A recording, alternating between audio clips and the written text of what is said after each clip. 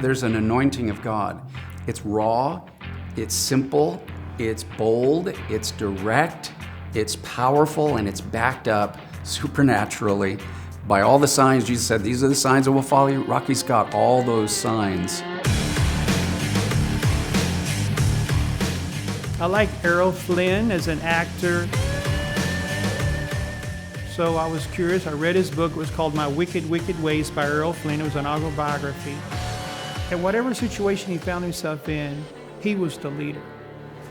So I thought that was a good example, even though he was a terrible example as a person. Like one time I was homeless. So I was sleeping in my car. I had a job in Long Island. I was just like temporary labor. So I just went to the job really early, and they thought I was the foreman. So the way Errol Flynn did it was, he goes, yeah, so that's what I did. I needed to live the experience of the Bible. So Jesus chose people of the sea. So a friend of mine came and got me and said they needed a deckhand on a boat. So then I go, okay, I'll be a captain. Part of my plan was to go to the island of Coco. It's called Isla de Cocos, or Coco Island. And it was the real island where Robinson Crusoe was, shipwrecked.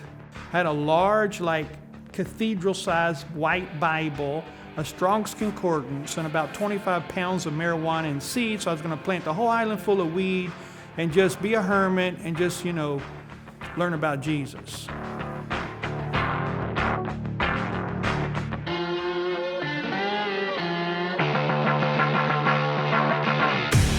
I saw a row of bulldozers with guys with automatic weapons push a whole little village, church and all, into a ravine.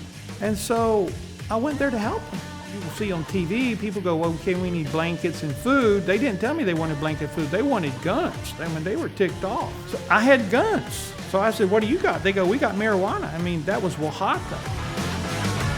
The Mexican authorities took a dim view of international drug trading, guns, and all that kind of stuff. So from there, I got sentenced to prison. For what? For conspiracy to overthrow the national government, international drug smuggling, and some lesser crimes. What was the sentence? Life in prison.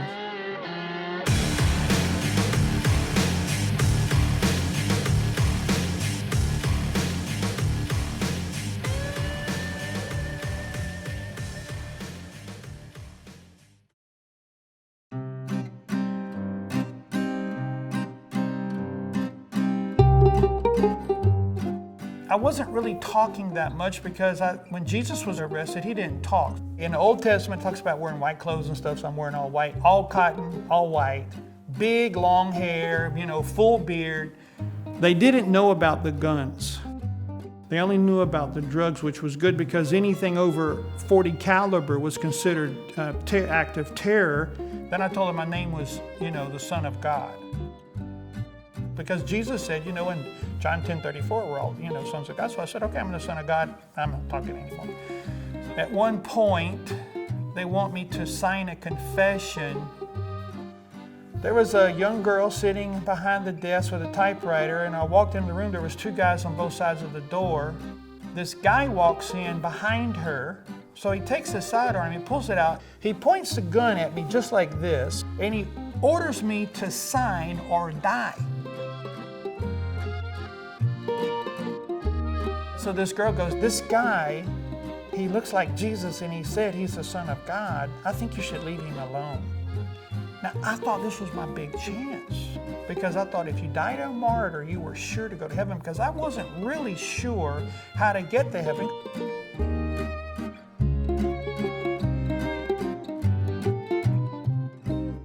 So I stood up, I pulled my shirt open, I leaned into that pistol, and I ordered him to shoot me.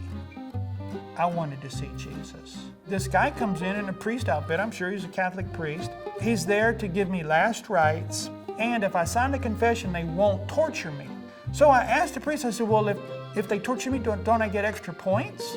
So he has a pen in his hand, he grabs my hand, and he just strikes across the bottom of this paper.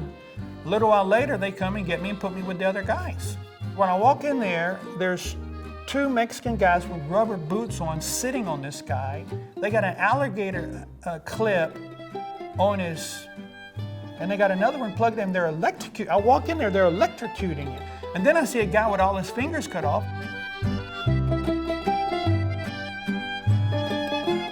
Of course, I read Errol Flynn's book. I'm roaring like a lion as loud as I can. And when they all get close quarters, I tell them, okay, I'm the new prison boss. So I noticed the guns are following me around where I'm walking. So, there were some parts that weren't that good about being the new leader. So it gets later into the afternoon, and the arresting officer comes in and he tells me, he says, freeze. He's trying to say free, doesn't have very good English skills. And at that moment, there's an audible voice over my shoulder. He's looking directly at it. It says, I've set you free, now go do my work. So he goes, what was that? I look, I don't see anything, so I don't know. So I was really in jail for about 72 hours. Well, that's how long Jesus was in the grave, so I'm trying to process all this information. But after I had time to think on it, I'm thinking, man, I've got a license from God to do this. Man, He's setting me free. I was totally guilty. Everything they accused me of, I was totally guilty, and even more so. And I was a free guy.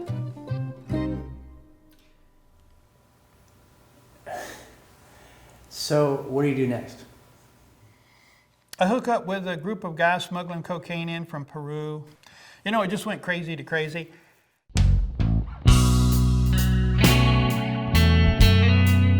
But I'm trying to now, I'm still looking for God. God has people positioned in our lives at strategic times.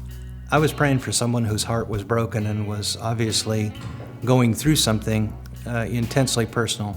Sunday I go to church and I'm sitting in the very back row and I'm thinking, man, He is talking to me.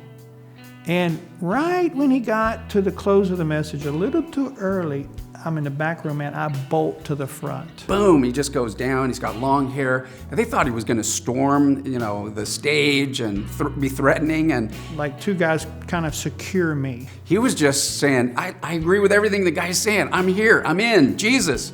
I noticed one particularly tall guy with dark hair and was just sobbing. And no one was praying with him, so I left my seat and just came up behind him and put my hand on his shoulder.